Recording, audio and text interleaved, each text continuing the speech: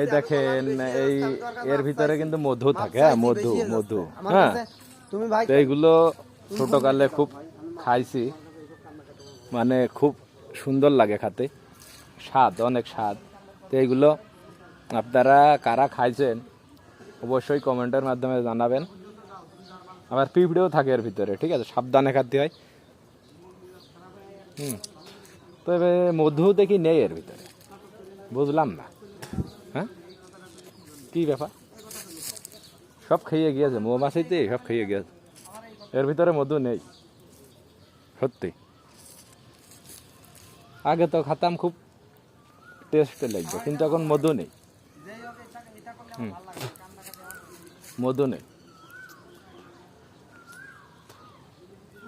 তো যাই হোক, এই তা মানে খাতে কেমন লাগে আসলে কমেন্টের মাধ্যমে জানাবেন। ছোটোকালে এগুলো খুব খাইছি, আসলে খুব টেস্ট লাগতো।